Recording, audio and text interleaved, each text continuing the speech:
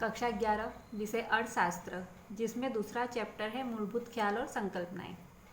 तो इस चैप्टर में हम अर्थशास्त्र में जो भी शब्द हैं जिनका बार बार इस्तेमाल किया जाता है उसके बारे में संक्षिप्त में जानकारी प्राप्त कर रहे हैं। जैसे अभी तक हमने मूल्य, कीमत, वस्तुएं, सेवाएं, इनके बारे में जानकारी प्राप्त की थी। तो आज का हमारा टॉपिक आता है संपत्ति और कल्याण।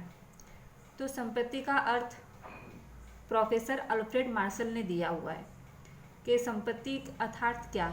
तो संपत्ति वो होती है कि जो उपयोगी हो, जो कमी वाली हो और जिसका विनिमय हो सकता हो, जिस पर व्यक्तिगत मालिकी संभव हो, तो उसे संपत्ति कहते हैं। ये अर्थ आपके किताब में दिया हुआ है।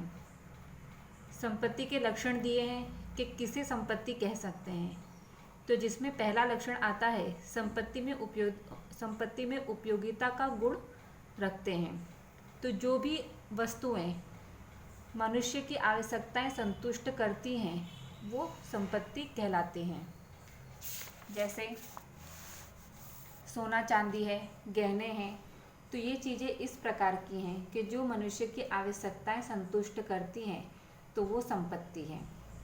दूसरा लक्षण आता है उसकी कमी होनी चाहिए, यानी कि जो वस्तुएं सर्वसुलभ हो, आसानी से प्राप्त हो जाए, तो उसे हम संपत्ति नहीं कह सकते हैं। जो वस्तु कमी वाली होगी उसे ही हम संपत्ति कहते हैं। अगला है भौतिक अथवा बाह्य रूप धारण करते हैं, यानी कि जो अदृश्य हो, जिसे महसूस कर सकते हैं, जिसे हम देख नहीं सकते हैं, तो वो सब चीज़ें संपत्ति नहीं होती है। जिन्हें हम देख सकते हैं, जिन्हें हम क्रय विक्रय आसानी से कर सकते हैं, तो वो चीज़ें संपत्ति कहलाती हैं। जैसे आपकी किताब में लिखा है कि विचार करने की शक्ति ये संपत्ति नहीं होता है, ये मनुष्य का आंतरिक गुण होता है। जैसे उदाहरण के तौर पे लिखा हुआ है कि कोई वैज्ञानिक है, उसने अपने विचार से, अपने ज्ञान से किसी वस्तु का आविष्कार किया है, तो वो अपने ज्ञान को किसी को विक्रय नहीं कर सकता है, क्योंकि वो संपत्ति नहीं है। लेकिन उसने जो वस्तु का निर्माण किया है उसका विक्रय वो कर सकता है, क्योंकि वो भौतिक वस्तु होती है, वो देखी जा सकती है। तो इस प्रकार जो भी संपत्ति होगी वो भौतिक होनी चाहिए और उसका बाह्य रूप धारण होना चाहिए। उसके बाद अगला आता है विनिमय योग्य होनी चाहिए, यानी कि जो भी संपत्ति हो तो वस्तु दे करके बदले में उसके कुछ प्राप्त कर सकते हो, या तो उसके बदले में धन प्राप्त कर सकते हो, तो वो चीज़ संपत्ति होती है। जैसे है कि मकान अगर हमारे पास है कि हमने मकान लिया हुआ है, तो भविष्य में हम मकान बेच करके उसके बदले में धन प्राप्त कर सकते हैं, या तो अन्य कोई भी वस्तु प्राप्त कर सकते हैं, तो वो संपत्ति है। उसी प्रकार सोना, चांदी, गहने, ये चीज़ें हैं, तो ये चीज़ों का भी हम विनिमय कर सकते हैं। उसे दे करके बदले में धन प्राप्त कर सकते हैं, या तो वस्तु प्राप्त कर सकते हैं, तो वो संपत्ति कहलाता है।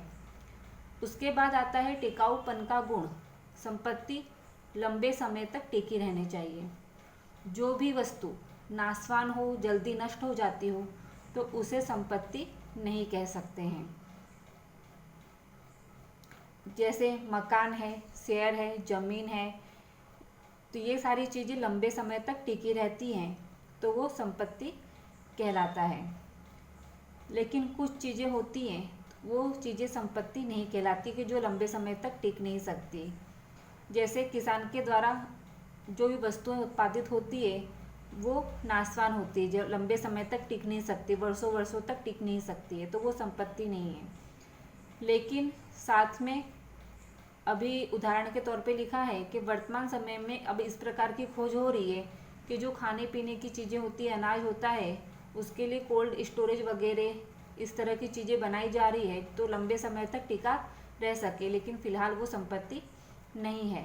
तो यहाँ पे ये संपत्ति के लक्षण थे।